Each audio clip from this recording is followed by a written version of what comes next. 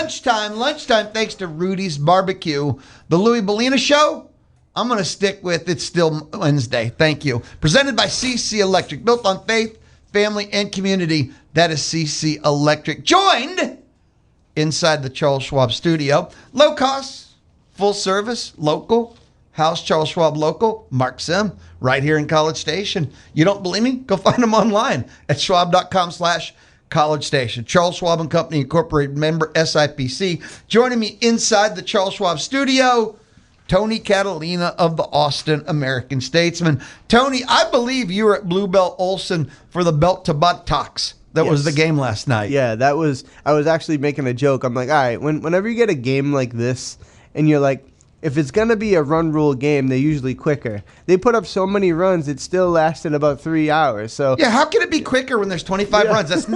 It doesn't go together. No. And so, yeah, I was there for that impressive offensive showing, especially after some of the scraps they had against Penn over the weekend.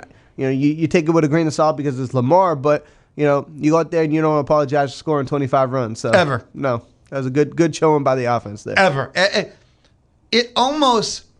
I have trouble having it make sense how you score 25 on Lamar and, 2 games, your man in desert needs water is what's going on against Penn. Yeah. It almost doesn't make sense together. Yeah, and I think it's so early in the season that people will look at it and be like, Ivy League team, probably, not going to be good. But a lot of people I was talking to said, first games of the year. They didn't have a warm-up weekend. I want to throw that into the mix. 100%. That was their first weekend, their series. I mean, that was their, hey, we got to get up. This is the first time on a diamond for the year. You got everything that Penn had. And some people feel like that's like a team that can be in the conversation in May. So, go out there and find a way to win. It wasn't great. It was ugly at times even. Early, I think, got the attention of his club with the clubhouse closed-door meeting. But, to come out and respond, you get Caden Sorrell back, and he was excellent in his return. A lot of positives to take from that Tuesday game. Oh, sure. I had to have fun. I went with the way too critical, desperate to say something negative things I came up with. And 1, you couldn't get 5 from Lions. 2 errors, 2 too many. And 3, the pitchers had 4 walks in 7 innings. Like, really trying hard. Yeah. When you score 25 runs, it's hard to be negative. Yeah, and think about that first walk was, 57 2/3 innings before the last one. So I think they were due for a walk, but hey. Come on. Look, when you've got a 20-run lead, you shouldn't walk anyone. Sure.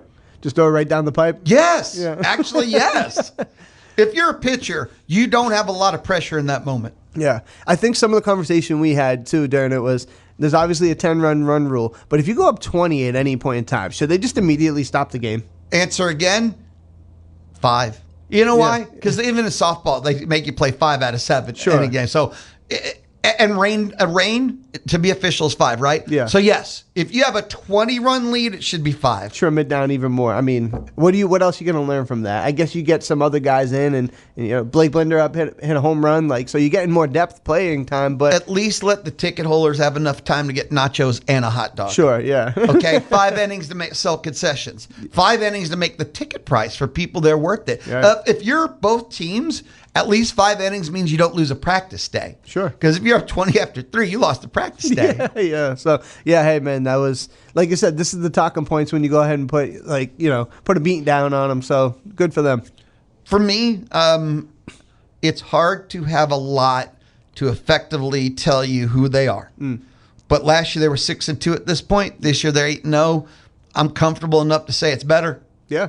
I mean, the way you look at the pitching has been excellent. Starting pitching has been great. Like you said, they're winning midweek games. They haven't dropped to this point. If you're just comparative from last year to this year, 8-0, and they've had just as much, if not more, injury this year. Caden Sorrell, Wesley Jordan, Chris Acopia hasn't played since the second game, and they're still finding ways to win. Now, it's been in a variety of ways. It's been 2-1. It's been 1-0. It's been 25-5. Like, there's been just different ways. Walk-off walks in the 11th. Yeah, freshmen stepping up and making instant impacts. Boston Kellner and Nico Partita making big-time, plays. And so they've done a lot of things. So if you're looking for early season talking points, the one that I keep getting stuck on is just more.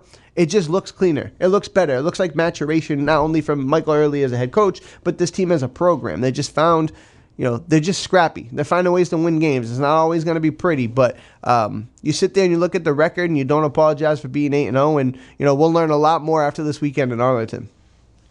Interesting. Let me ask you something, because I've tried to, and I know you're going down there. Yeah. We'll talk about that in a second. But I don't know how good. I don't think Virginia Tech's actually good. And Arizona State is untested, but what did they do yesterday? They're in Norman. Yeah, they beat. In the single game yesterday. They smacked Oklahoma. No. Yeah, it was like okay. I think it was like 15-3 if my number is. And OU's 12 in the country. So. Yep. Okay, and then they have Oklahoma for a single game today. So, okay, Arizona State's making a little statement before they hit Arlington. Yep, Arizona State played well. UCLA, they lost. Well, UCLA's the number one team in the country. Number one team in the country. I know they dropped. There was some interesting. We talked about this last week. Every time we meet, I feel like we're going to have this conversation. Somebody dropped a midweek that they shouldn't have, and UCLA was one of those teams that dropped a midweek. And that's why you can't take these 25-5 games for granted, because teams across your competitors, your competition, are losing these games. And if you're not, that's a check in the box for you. I've always felt like that midweeks is the difference between a 14 hosting and a 17 as a 2 seed. It's also the difference between how do they figure 7, 8, and 9, 10. Right. Look, the midweek games are how you end up out of the NCAA tournament and getting one of those last two in and being a 3 seed. So the midweeks are more valuable than people ever give them credit for. Yeah. And when you're a higher level team and you're not worried about winning them, it's how you're developing next year's players. For sure. The midweek games are so much more valuable than anyone ever gives them credit for. And I think another to add to that is the teams you're playing oftentimes come in with that chip on their shoulder, got nothing to lose. Let's give them everything we got, and if we beat them, we can walk out of here with smiling and laughing. So you're coming into a situation where you said you got a Gavin Lyons who's not in the rotation, somebody who's more of a future piece than a right now piece, and he's got to go out there and play against a team that's ultra focused and ready to come up with an upset. So there are so many different variables why some teams catch caught slipping, and if you find a way to continue to win those games, it's just the mark of a good team, in my opinion. A lot we have seen in the midweek where teams are like, if we take an SEC RPI with a road win, we're off the bubble. Right. We've seen teams move their weekend starters. They've shuffled because they're playing Sun Belt and conferences I didn't even know existed. So they shuffle off their Saturday starter, let's say, into the midweek, trying to beat you with your fourth starter, because it would make their whole year. It makes their tournament resume. Yeah. Those are the matchups sometimes you're going into. Absolutely. But you're not going to move off one of your SEC starters to try and beat the University of who? And that's why you're supposed to be, hey, we're A&M, we're in the top 25 or an SEC program. Gavin Lyons or whoever on Tuesday should be good enough to go out there and battle and give us a chance to win. Can't leak midweek games. Nope. It is death. Text message here. It's from Anonymous, and they said that LSU lost in the midweek yesterday, too. They did. Yeah, it was, blood. 3 or 4 teams that lost that shouldn't have. It was pretty fascinating. I'm going to see if I can pull it up quickly just to have it up here. I'm watching Tony work the phone. He looks like he's a pro at this stuff. So here we go. Tuesday, Arkansas State beat number 6 Arkansas 12-4. Georgia State beat number 5 Georgia Tech 9-4. Arizona State 15, number 13 Oklahoma 3, number 12 Southern Miss, which is an upset. Southern Miss 14, Alabama 4, McNeese 7, LSU 6. Ooh, that's a rivalry, too. Yeah. That's in-state bitterness. Yep. And San Diego State 4 over number 1 UCLA 3. So, jeez. What is that? 6 games that went different than a lot of people thought they were going to. Those are huge upsets. Huge. So UCLA is going to come in pissed. Yep. Arizona State, they can still got a game. They're playing 2 singles, Tuesday, Wednesday. Mm-hmm. Maybe they split, but Arizona State with momentum. Yeah. So Vatech, I think, is, they played. They got run ruled by Rutgers on the Friday, and then had to win 2 one-run games. Sure.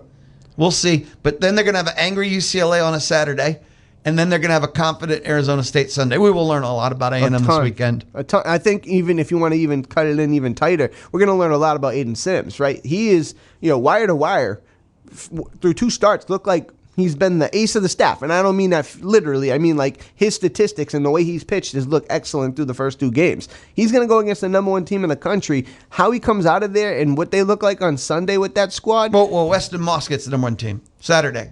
Is it Saturday, UCLA sorry, Saturday? You're right. Yeah. But so Aiden Sims, either way, to round that out against Arizona State. For Aiden Sims, A, he's going to go against his first real team. Right. B, he's going to go against a quality starter himself for the first time. And that's his first big matchup. Yeah. That's the overarching point I was trying to make. I know so like, ultimately, but Weston Moss, like he gets said, UCLA. To that point, I mean, what does your Saturday guy look like against the number 1 team in the country? I think Shane Sadeo, He's rounding into his form. He's looking like who he should be, and I think he's getting more confidence every pitch on that mound. But you got Saturday, Weston Moss go out there against number 1, and then you got an Aiden Sims who can find a way. What's he look like against a Power 4 team? I mean, if this pitching staff is the real deal and they come out of here, feeling good about themselves, they got the bats to do whatever they need to this year.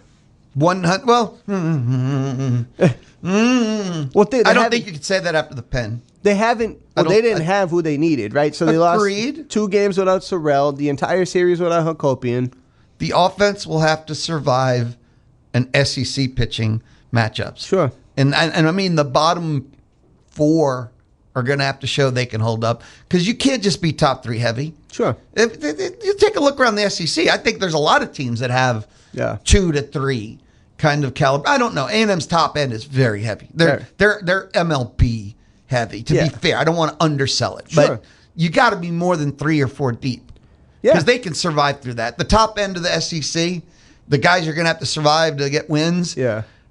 You have to be deeper in the lineup than 3. Yeah, and I mean, or 4. And the way they put it together, so we got a chance to talk to Travis Chestnut last night after the game, like to have him be like your 9 hitter or your 8 hitter, and he's like understands his role is just get on base. Even if I got to wear one, if I got to walk 4 pitches, like, and then you got a guy like TK Terrence Keel who hits for average. You know what I mean? He's up there. He's always going to be hovering in the 300s. He ended up at a 298 last year, and that was what a significant slump towards the back end of the season.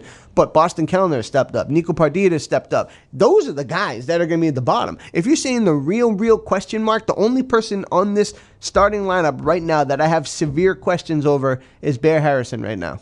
And what do they do with catcher spot? Does he round into the power bat that he was at times last year? Does he find, less strikeouts and more contact? Or do they go to Zane Becker, right? Do they make the switch? Because to me, that's been the one spot where you can't say every game that they found decent production. Do you wait so late that all the easy ABs are gone and then you put Zane in an SEC play and now he's getting all the tough ABs? Well, it's funny. Is that fair to him? No, it's not fair to him, but it's kind of the blueprint of what got Bear Harrison the job last year. He beat out Jacob Galloway. He wasn't the day 1 starter. Galloway got the start. Bear Harrison was sprinkled in on whether it be a Tuesday or a Saturday, and he made the most of his opportunity, and then they made him an everyday guy he couldn't ignore. Now it's like, hey, does he get Bear Harrison by himself? So, we have to look at that. But they find more consistency at that spot. 1 through 9, they got a pretty stacked lineup that can go out and get hits at any time. I love what I've seen. The competition will step up. Absolutely. I need to see the bottom half. You can't be like, I always look at MLB, Major League Baseball, and that's what differentiates. That's the difference between being 20-10 in MLB is your bottom of your lineup. It's always the bottom of the lineup. Yep. Is it all dead? Is it all Mendoza hitters? No contact, no reach, no OBP. How dead is the bottom half of your lineup is the differentiator. That's going to be the difference between 13th in the SEC and probably 7th. Yeah. I mean, is what the bottom of your lineup does. Yeah, and that's why. If you have no pitching, by the way, you're not even eligible for the conversation Tony and I are having. So don't say it's the pitching. It starts with the pitching. Right. And who would have Then you get to rank from there. Who would have thought you lose Justin Lampkin, Ryan Prager, 2 draft picks, right? In your rotation, you get Shane Sadeo back, Aiden Sims is developed, and you got a squad here that could potentially be better than they were last year. I mean, the way they've pitched through 8 games is really, really impressive. So, again, take it with a grain of salt, but there's a lot of encouraging signs. I agree. Everything's been nothing but encouraging. Right. But there's tougher tests ahead. Even so, all the tough tests are ahead. To that point, to see legitimate frustration from early, even after a win, he was legitimately frustrated. You could see the tone in that dugout when we got to walk in to talk to them post game, and they came out of that closed door room. The energy was different. It did not feel like a team that won a game and won it in late fashion. This was a team that was absolutely upset the way that they played. Does that tell you that okay? Does that tell you? Because the ponderance in my head is that Early's going to be more proactive this year, not reactive. Or last year, he had that veteran team. He had the big money team. They got the best that money could buy. And last year was more of they'll figure it out and it'll take care of itself. Look at the players we have. Where this year he's going to be more proactive. Yeah, I think it's a combination of things. I think he's more comfortable. I think he's more direct in what he expects. And he's not going to be his buddy. No, and we've said it as such. I mean, we've talked to players who said like, "Hey, he's still a nice guy, and when we're not practicing, he'll laugh with you. But when we're in between those lines and we're out there in infield, outfield, batting practice, like." It's real deal, and it's a little bit more sharp this year than it ever was last year. Okay, because that's what it signals me. Right. That there's a standard. And just because you win doesn't mean the standard was met. Right. And the best coaches always hold the players to the standard where the result, they always say the result will take care of itself, but the standard is what counts, right? Yeah. That's the point, right? To that point, people have told me, like, this isn't a position or a job where you can have a coach that grows into the role. On the contrary, that's what happened, right? They got a coach here that was in year one figuring it out, probably bullets flying 100 miles per hour. It's super fast. Now he's in a year two system, understands what he needs for. He's going to go out on his terms, whatever it looks like. They built a roster and a program how they want it to look like in his mold, and you got to feel good about the way it started. I wonder if in year one, how much of what he did was what he thought it was supposed to be, and now how much of what he believes. There's a difference in the two. Absolutely. And I wonder how much of what he did in year one was what the vision was. Sure. What he saw others do. Yeah. And how much this year is, I'm Michael Early, this is who I am. Yeah. I'd love to know the percentage that last year was 20% me, 80% what others showed me a coach was, and this year is 80% me with 20% left over. Yeah. I would kill to know that. And what I want to make clear, though, too, is you can look at a box score. You can hear quotes on record, and you can say, like, oh, this looks different, this feels different. Have me here, and I can tell with authority that it just feels different, right? Early feels more comfortable. He's interacting in a much more different tone. The way he speaks to the media, true. the way he talks to his players, it just feels different vibe. Now, again, if they go out and miss the playoffs and they're 14 seed in the SEC tournament again, or whatever the case may be, it's all going to be for naught. But as we sit here 2.5 weekends in, you feel good about what it looks like, and all of the things we thought, it's kind of coming true. We'll take a time out. Tony Catalina of the Austin American-Statesman hanging out with us inside the Charles Schwab studio. It's kind of an every Wednesday thing. In uncertain times, Charles Schwab remains invested in their clients by offering personalized guidance and clarity. It's personalized because we've got Mark Sim right here in College Station. You can get answers to your questions. You can learn more at schwab.com/College Station. This is the Louie Bellina Show on the Zone on a Wednesday. Blending Southern culture with college football. You guys are awesome. Music, sport commentary, and more. It's Marty and McGee. Marty and McGee. Saturday mornings from 6 to 9 on the Zone 1150 AM and 93.7 FM. It is the Louie Bellina Show. It is still Wednesday because, we didn't fast forward 18 hours. That's why. Joined in studio, the Charles Schwab studio, Tony Catalina of the Austin American-Statesman. Tony, tonight, Aggies go to Fayetteville, and I just hadn't realized. I know they've never won, but you say phrases like that. Never doesn't actually mean never. But since 1987, they're 1-14 in that stretch, and it's bad, dude. Yeah, it's bad. It's a tough spot, obviously, for them to win. It's been older than me since they've won one game in the span of my entire life in that stadium, in that arena. But add to the fact that they have the SEC's leading scorer. They have a legendary coach that John Calipari I have immense respect for as far as a basketball mind. And you look at this team, top 20, and they just do things well, and it's going to be a challenge. But they got a chance to go in there and get a signature win, right? If they win this game and don't puke all over themselves for the rest of the 3 games, I think this is the one where you can check the box that they're in the dance. They find a way to win this game, they're probably everywhere they want to be. Here it is. I looked it up. Sure. Okay, Luke Evangelist, Texags. Yes. He has all the stats. He has stats that don't even really exist. They're just so out there. But A&M has one win in Fayetteville since 1987. They're 1-15 since 1987, 2019. They're 1-10 in Bud Walton Arena. So there you go. That's the breakdown of the futility, the frustrations, whichever phrase you want to use for that. A&M has had very little success on the road at Arkansas. I found another stat that's maybe the key stat. Arkansas is probably the best team in the country when it comes to turnovers. They only average 8.9. Yes. And they're 5th best period, in margin in the country. But if you could force them to do 11 plus, they're 2-5 in P4 games, only counting P4. If they turn it over 11 plus, they're 2-5. Right. What has been the secret sauce to buckyball? We thought it was scoring 100 points. No, it's not. It's the defense. It's forcing turnovers. Yeah. That sounds like the matchup to watch. Right.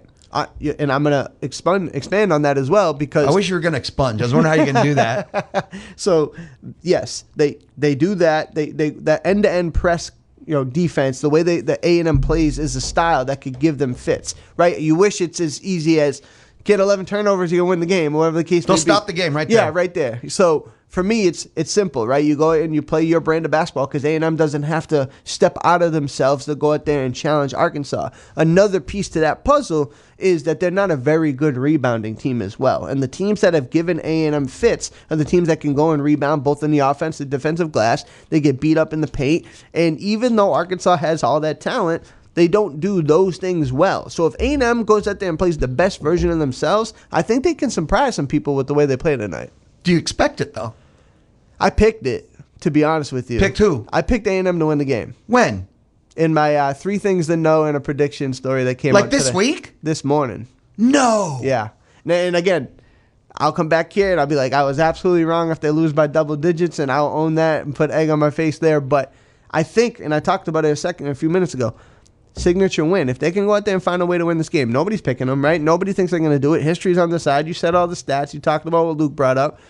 But their styles make fights sometimes. And I think, they haven't had a signature win there. Auburn went on the road, hasn't aged that well. Who else can you say? It was a really impressive win. Georgia doesn't look all that great.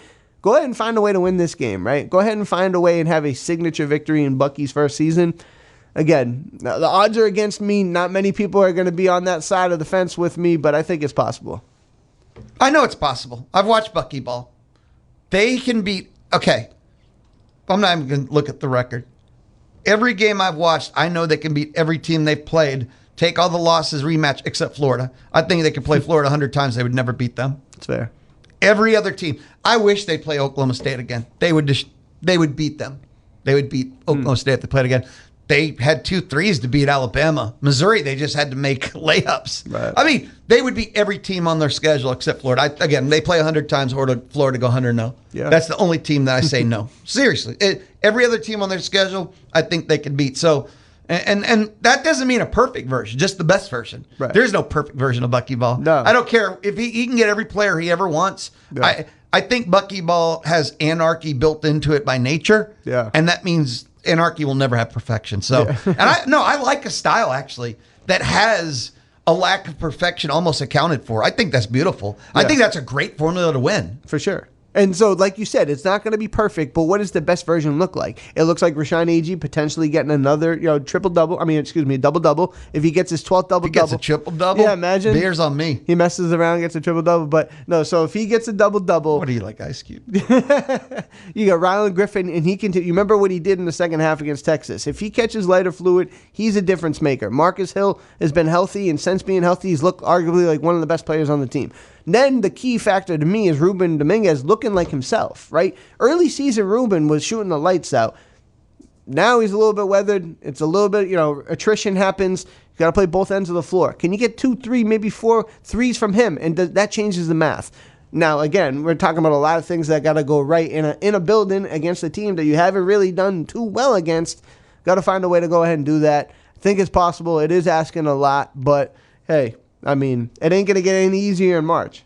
No. And, I've already thought about March and Bucky Ball and the NCAA tournament. And I know this is going to be weird because it's kind of pretty consistent. Almost any run. It'll be about matchups. Yeah. It's going to 100% be about who they get matched up with.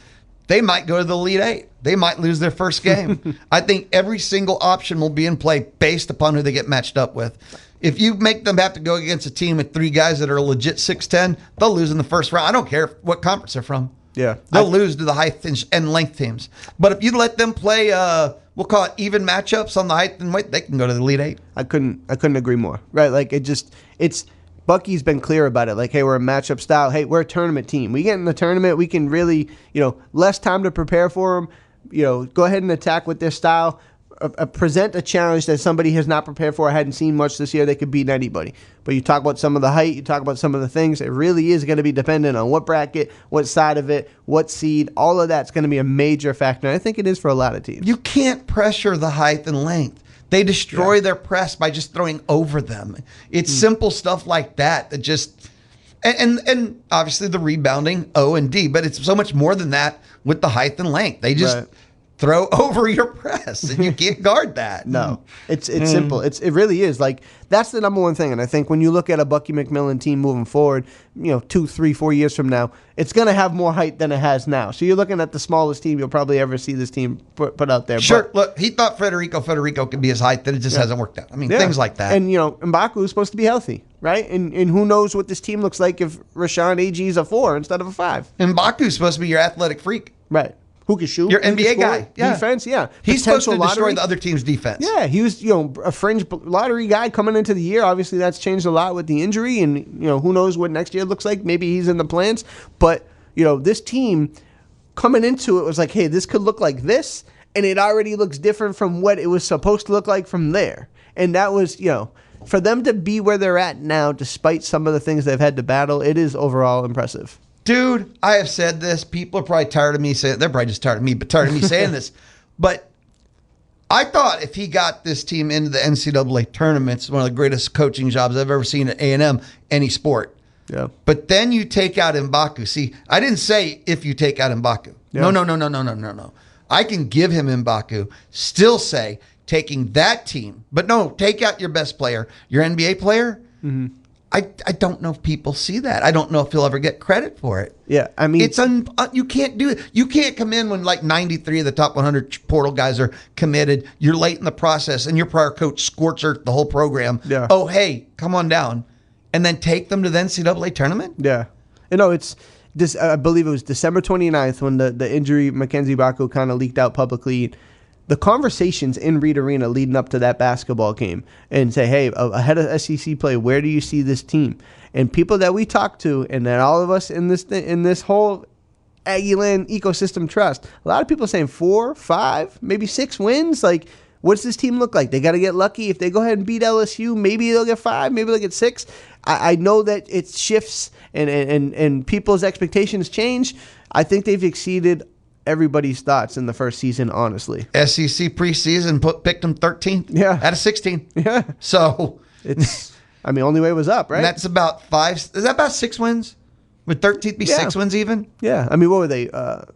3, 4 when they had 10 last year? So the fine line between, dropping from 4th or 5th down to 13, 14 is a game or two. Dude, have a great time. For those that don't know, and maybe we didn't say it directly, but Tony's going to be in Arlington. He's going to be at Globe Life. Yes. He's going to be at all 3 of the Aggie Baseball games over the weekend. He'll be live blog. What's your Twitter X? So people, catch your live blog for the games and all your reports. And you have great videos, breakdown, analysis, everything. Thank you. Yeah, it's Tony_Catalina. Like you said, live blogs, videos, interviews, content. I'll be Globe Life. I'll be in Globe Life more than anywhere else this weekend. I don't even think I'll be in my hotel room all that often. So. Well, the hotel's boring. You go find you great food. Yes. You go to the ballpark, which, life at the park's beautiful, too. Yeah. Have an amazing weekend. Thank you. Tony Catalina of the Austin American-Statesman. Speaking of spending time inside the Charles Schwab studio, it's an every Wednesday thing. Up next, Bubba Bush, BVMMA and Fitness. We check in with him a couple of times a month. Well, guess what? This is one of those couple of times a month. It's the Louie Bellina Show, presented by CC Electric, built on faith, family, and community. It's the Louie Bellina Show on the Zone. Make sure to get the podcast of TexAgs Live, The Louie Bellina Show, or Chip Howard Sports Talk Daily at zone1150.com and everywhere you get your podcasts. Welcome back. This is the Louie Bellina Show, presented by CC Electric. This is the Louie Bellina Show inside the Charles Schwab studio. We don't have a lot of time left. I will give you a hint. Maybe you weren't with us in the first hour. I'm going to register one more person. You're going to be a finalist to win a pair of tickets to go see, Creed at the Houston Livestock Show and Rodeo. We're going to do it every day this week. And I forgot to do it yesterday because I'm a bad talk show host. So, as a apology, we're doing bonus registration today. And I've decided we will extend registration. And I will register someone every day next week, too. Every day next week, too. That is going to be my apologies. I'm sorry to you. Bonus registration, because we did 2 people at the end of our last hour. We'll do another person coming up at about 12:50, 12:55. Listen in that zip code. And we're going to do every day next week, too. That's like 5 more people. So I apologize.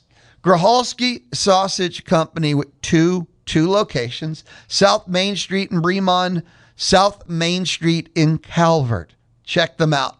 They've been doing this since 1952. They got their own home recipes.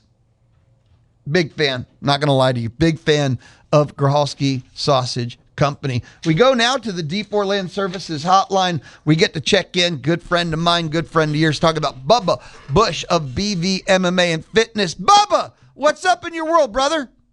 Hey, how you doing, Louie? Almost pretty good. I am. Can you hear me okay? Yeah, I hear you great, dude. All right. What are you, like on a new phone, or are you hiding out in a closet? No, I've been having, connectivity issues and all that. No speakerphone today. What's new? For me, enjoying the Aggie Baseball universe, concerned about the start by Aggie softball. Aggie basketball's down to the last 2 weeks, the push to March Madness. I'm digging it. I love this version of the Aggie sports world. Doesn't get as much attention, does it? Not enough. Well, it does for me. I'm down with this. I know you're a big Winter Olympics fan.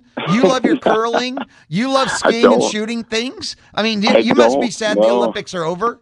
I was just enraptured with the drama of the Canadians cheating. I couldn't believe. But yeah, I watched more curling this year than I did in the rest of my life. That's for sure. But no, I do not understand. I don't get the Winter Olympics as much. Certainly not curling. But my dad's a big fan, so I found that out this year. Is that big right? Fan.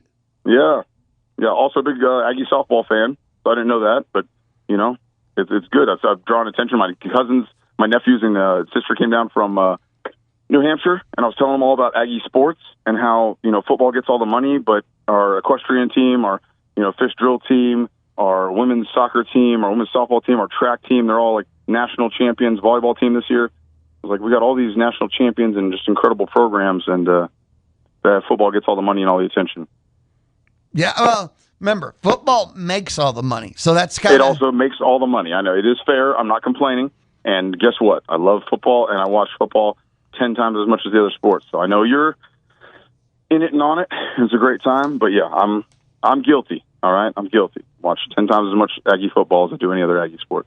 Yeah. So, Bubba, what do you have going down? What's going on at BVMMA and Fitness? I know that you guys have been so active on the social media universe, and you've got this class, you got that class. These people are hitting the mat. I know you guys have been busy.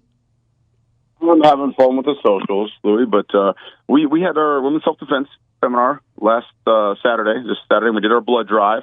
So those went well, had over 40 women out for the self-defense seminar, and we are planning another one. I believe it'll be in about a month, but we did have a little overflow, a little waiting list, so we are putting out another one. Yeah. And then we had the Aggie Paws out and did another self-defense seminar. We had the blood drive, and now we're just looking towards a lot of kind of competition, jiu-jitsu competitions, March 14th in Austin, April 18th in town, and then a couple of professional shows and a couple of professional fights that are coming up. So we've got a lot of activity. Some professional, most of it jiu-jitsu, and a lot of entry-level competition. We love to use competition, even for the people who've been training for 3 to 6 months, just to say, hey, this is live practice. If you're doing self-defense, you never want to go into combat with a gun that you've never fired. You never want to carry a knife and think that you're going to win a knife fight. You're just bringing a knife for them to stab you with. That sort of idea. You want to be practiced with the weapons you bring, and your body's a weapon. And if you're bringing your body, you want to be practiced with it. You don't have done one self-defense seminar for 1 hour and say, I am good to go. Nobody can hold me down. I can hold them down until the cops get there. I'm solid. It's like, have you done that live against someone who doesn't want it to work on you? Or did you have a willing participant who was giggling and laughing with you the whole time? You had a great time, but you never did it live. So competition, 3 months in, 6 months in, 16 years in, is just a good way to measure where you're actually at against someone who does not want it to work on them. And that's what brings us back to the reality of self-defense, the reality of fighting, and keeps us honest and keeps us practical, keeps us sharp. So we always know the edge we're honing because we always know what people are doing against it and how effective we actually are at the techniques we're practicing. Sure. Practice makes perfect. You play how you practice, if people want to put it in other sports terms. And if you have the confidence, you won't hesitate when you need to use it. Yeah, like the practice makes permanent. But if you're just drilling, the katas of the world, if you're just doing a movement over and over and over, you are practicing a movement. It's not real life, so to speak. It's not an actual combat situation. It's not someone who's actually trying to fight you, trying to hit you. I see this all the time. People love mitt work. We love to go to Gold's Gym and hit mitts with our trainers that have never held mitts for anyone before or boxed in their lives. Go to things like 9 rounds in the Centuries of the World. We're just punching a bag, and it's like, it's great. It's a good way to stay in shape. It's fun, okay? But when you say I could punch or kick someone when they come to attack me, as soon as you add movement into that, as soon as you add space management, distance management, the entire world changes. And you can't actually land that punch effectively because you've never moved your feet against someone else who's moving their feet in the situation. So practicing it in a real live practical situation is so important. Now we do all the cardio kickboxing, right? We start out, we do mitts, we do bag work, we do non-contact work. We learn how to punch, we learn how to kick, okay? That's the value of the katas, learning how to do it. But when you talk about actual self-defense, and I want to be able to apply this, you got to move into the world of fighting because self-defense is just a fight you don't want to be in. You're actually in a fight, and your goal is just to get out of that fight rather than only end it. You had me chuckling because you're basically saying when you add someone who A, is trying to avoid getting hit, and B, who's trying to hit you, everything changes. Yeah, Go Bruce Lee, figure, huh? Boards don't hit back. Mitts don't hit back. Mitts don't hit back, bags don't hit back. So as soon as you start adding an opponent that's moving, it's the same thing with jiu-jitsu. Just someone standing there, holding your wrists, holding your hips. Great, you're learning the technique, but have you ever done it live? So competition is just the best way to practice that in a real-life situation. And a lot of our classes are geared toward that. We have live scenarios and live games and live drill where we're actually practicing these things against someone who doesn't want them to work. Again, padded room, low contact, safe environment to train in, but you're working on this live situation. So it's not the first time you've done this live. It's not the first time you've been there. And it's not the first time that you've done it against someone who doesn't want it to work on you when you get into a real life situation. Like if you're not doing that, if you're not practicing, if you're not thinking competition is a scary thing for most people. I mean, it's like, it is new and it is so far away, and it doesn't appeal to most of us. Like, who cares? I'm going to go get this medal. I don't want that. But what I want to be is capable. What I want to be is confident that I know what I'm doing actually works. And the way we get that is by being there, having been there before, seeing ourselves do it. So I encourage competition as just a life goal for every person that thinks they need self-defense or they want to be capable. That is the best way, the closest thing you can get to fighting without actually fighting. We're visiting with Bubba Bush of BVMMA and Fitness. He joins us on the D4 Land Services Hotline. And if you ever need help with your land, like excavated, cleared, fixed up, D4landservices.com. If you need forestry, mulching, pond construction, metal buildings, visit D4landservices.com. And Bubba, when you say competition, it doesn't mean they're going for national championships necessarily. It can also be like open mat nights and things like that where you get out there and use it.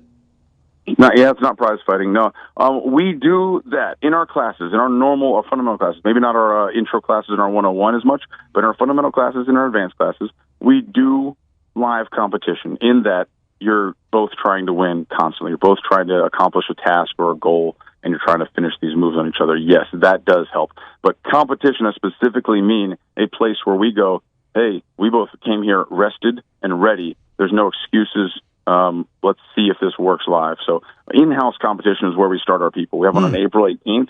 Everybody's welcome to come in and watch if anybody just wants to see what it looks like in town. But we take the people from our own gym and we compete. Now, we've got 6 a.m. classes. We've got noon classes. We've got evening classes, beginner classes, 101 classes, advanced classes. So we mix the people up in their age, skill, size divisions and give them divisions. But there's a lot of people they haven't ever met or seen before, from the 6 a.m. class when they're coming at 6:30 p.m. And so they get good competition against sometimes friends, sometimes strangers, but people that don't want it to work on them in that context. And so they get to go live and say, is this going to work? It's easy, win or lose. They get a bunch of reps and practice. And again, it binds it to reality. It says, this is not me going and playing a sport. This is not me going and learning a dance. This is me practicing something that can actually help me out in a real life situation. If you haven't done it live, you don't trust it. Like never, just go watch Secondhand Lions. Never go into combat with a gun you haven't fired. It goes poorly. Oh, man. Own your weapons. Sorry, I'll even throw one last thought into the mix, man. Sometimes people forget, whether you get old or it's just been a while, the joy and thrill of competing again and just how much alive it can make you feel. That absolutely can. I mean, it's just a good goal for physically for when you're doing weight loss. and trying to get in shape, it just gives you a good goal out there on the horizon to stay honed in on and to focus in on. I'm doing this today because of my goal in the future. So that is another useful thing that competition provides us. But not everybody competes. Totally okay, but I mean, we do love it and encourage it. We're a competition gym. It's just so useful. But yeah, I mean, probably half of our people ever compete. The other half work with the people who do compete, though, in class, and it carries down, and that same energy flows through, so that you're working live drills, and it just takes you closer. Make sure that you learn something that's actually effective. What was it for you, Bubba, when you competed? Because you were a champion. You went on to fight in the UFC. You competed many, many, many, many, many times. What was it for you? It did. Unfortunately, I started with pride. Started in middle school, enjoyed it, and just won, and just wanted to prove that I could. And then pride motivates you a lot as a fighter, and that's the thing you have to fight and grow in internally, because it also gets you in a lot of trouble if you get in the fight and it gets challenged and you do it wrong. You're not controlling your emotions. And then eventually, as a professional, it became a ministry. That was my goal. I don't like the actual fight, the spotlight.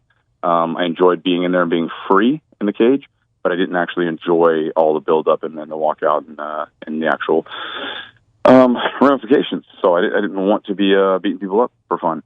But I thought, if you bless this God, I will keep doing it. You obviously have a purpose in it, and I will continue until it is no longer successful. So originally, I would say middle school, I started competing because the joy of it, the love of it, the pride of it. Look, I'm good at this and I can do it. But eventually I just said, I will continue to walk this path until you stop blessing it. And then I did it for a good amount of time where I didn't actually want to be fighting. I just found purpose in it. Helped me, and it helped me in my life. Just everything else in my life, it helped me focus on. I've had a lot of people come that did like one amateur fight in their life and said, hey, this fighting saved my life. You know, I was an alcoholic. I was doing a case a day. And the funny thing is, like, I dropped down to 6-pack a day during fight camp. That was this saved my life. And, you know, I've had a couple people leave alcoholism as just one example, or lose 100 pounds. And the process of, I'm going to go do this tournament, this competition, is the goal they needed to hone their diet, to hone their exercise, to even hone their home life sometimes, their life around it. So it helps me immensely. Excuse me. When my fight camp had to be on, when I knew I had this singular goal out in the future, everything in my life had to come into focus and had to also be as on point as my training, as my diet, as my cardio. So it's just wildly helpful. Bubba, where can people get more information on BVMMA and Fitness? BVMMA.com. Damn, that's got schedules hard. on there. Yeah, Brazos Valley Mixed Martial Arts, BVMMA.com. Website with a list of all the coaches and classes and schedules. And if you want to send us an email and say, hey, do you have any intro privates available? Well, we do. Monday, Tuesday, Wednesday. Still doing them. So 101 will start back up in June, but we will do intro privates all the way until then. BVMMA.com, and you can find out the address, phone number, email address, class schedule, and more. BVMMA.com. Bubba, be awesome, brother. Always a pleasure just to hook up and say hi, man. Check in with you. Love talking to you, Louie. Be awesome. Thank you. Bubba Bush of BVMMA and Fitness joining us on the D4 Land Services hotline. If you ever need a metal building, a custom metal building from the ground up, check out D4LandServices.com. When we return, Creed tickets. You have a chance, thanks to Grahalski Sausage Company. Visit Zone1150.com and you can sign up for the Zone newsletter. Check out the Zone prize rules and download podcasts of your favorite shows on the Zone. Never miss out.